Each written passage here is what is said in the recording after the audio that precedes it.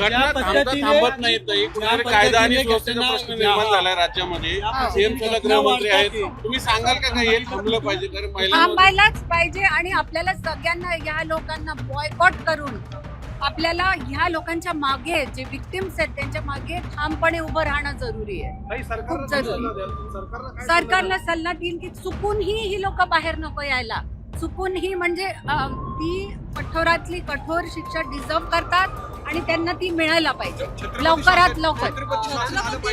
आपण जर बघितलं तर राजा छत्रपती शिवाजी चित्रपटानंतर छत्रपती शासनाची चर्चा सुरू झालेली आहे. अशा लोकांना चौरंग केली पाहिजे असं देखील सातत्याने सांगण्यात येते.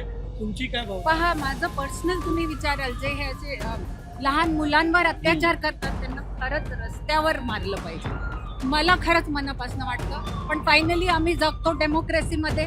कायदा हातात नाही घेऊ शकत. इच्छा असली तरी त्यातही काही तोड असेल आपण लोक मिळून काही करू शकतो तर आपल्याला पाहायला पाहिजे. पण आता वाटतं ही वेगळी गोष्ट, पण करणं किती फिजिबल आहे ही वेगळी गोष्ट आहे. पण या लोकांना सरकारने, पोलिसनी, ज्युडिशरीनी बिलकुल सोडायला नको आणि सगळ्यात कठीण जी शिक्षा असते ती त्यांना मिळायला पाहिजे.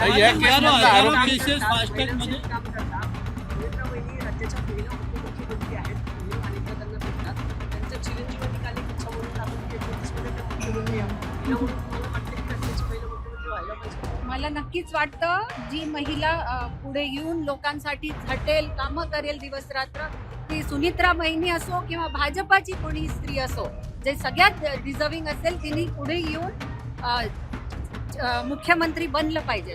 या नसरापूर मधली जो आरोपी आहे यापूर्वी दोनदा अशाच केसेस मधून तो निर्दोष सुटला. पुरावा न्यायव्यवस्थाही कुठेतरी या सगळ्या गोष्टीमध्ये सिरियस असते. सुटले पण आत गेले परत नाही, त्याच्यामुळे तिसरा गुन्हा घडला ना. हो, तर आता याच्यात आपल्याला as a society we have to take a stand. I have taken a stand की या लोकांनी बाहेर निघालंच कसं, त्यांचं झालं निघणं कसं. तर हा जाब मी देवेंद्रजी पण विचारणार आणि आपल्याला पोलीस, ज्युडिशरी सगळ्यांना विचारावं लागेल की कुठे ती उणीव राहिली आपल्या सिस्टीम मध्ये किंवा आपल्या पूर्ण प्लीडिंग मध्ये. आपण जे प्लीड केलंय त्याच्यात कुठे उणीव राहिली की हे असं झालेलं आहे ते स्टडी करून आपल्याला त्याचा पाठलाग करणं जरुरी आहे. शक्ती कायद्याची सातत्याने मागणी होती विरोधकांकडनं. मला वाटतं स्पेशली जे त्यांना लोकसमोर जो सगळ्यात जास्त कठोर कायदा असतो तो पुढे येऊन त्यांच्यावर लागू केला जातो. मुख्यमंत्र्यांवरती आरोपीची गृहमंत्री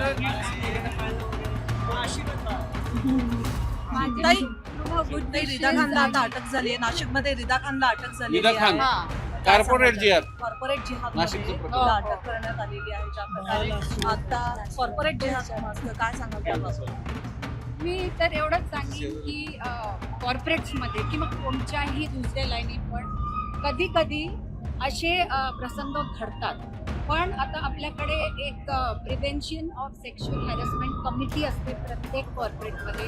जर कोणी एम्प्लॉईनी किंवा त्या व्यक्तींनी स्वतः विसिल ब्लोईंग केलं, पुढे ही फरियाद नेली की तिच्यावर किंवा त्याच्यावर सुद्धा असे अत्याचार होत आहेत, तर त्याच्यावर त्वरित कारवाई ऑफिशियली पण केली जाते, त्याच्यावर केस पण केल्या जातात. तर मला वाटतं याच्यावर प्रॉम्प्ट ॲक्शन ही जरुरी आहे. आणि दुसरं त्यांना परत यासाठी जी शिक्षा जरुरी आहे ती द्यायला पाहिजे. आणि स्पेशली विक्टिमनी चूक नको राहिलं, त्याच्या आजूबाजूवाल्यांनी चूक नको राहिलं. आशीर्वाद काय? खूप आशीर्वाद आहे. सुंदर आहे. विक्रांत नाव आहे त्याचं आणि कृष्णाचा अवतार, एकदम सुंदर बाळ. छानच वाटलं भेटून आणि खूप खूप आशीर्वाद. पाळला म्हणतात नाही म्हटलं.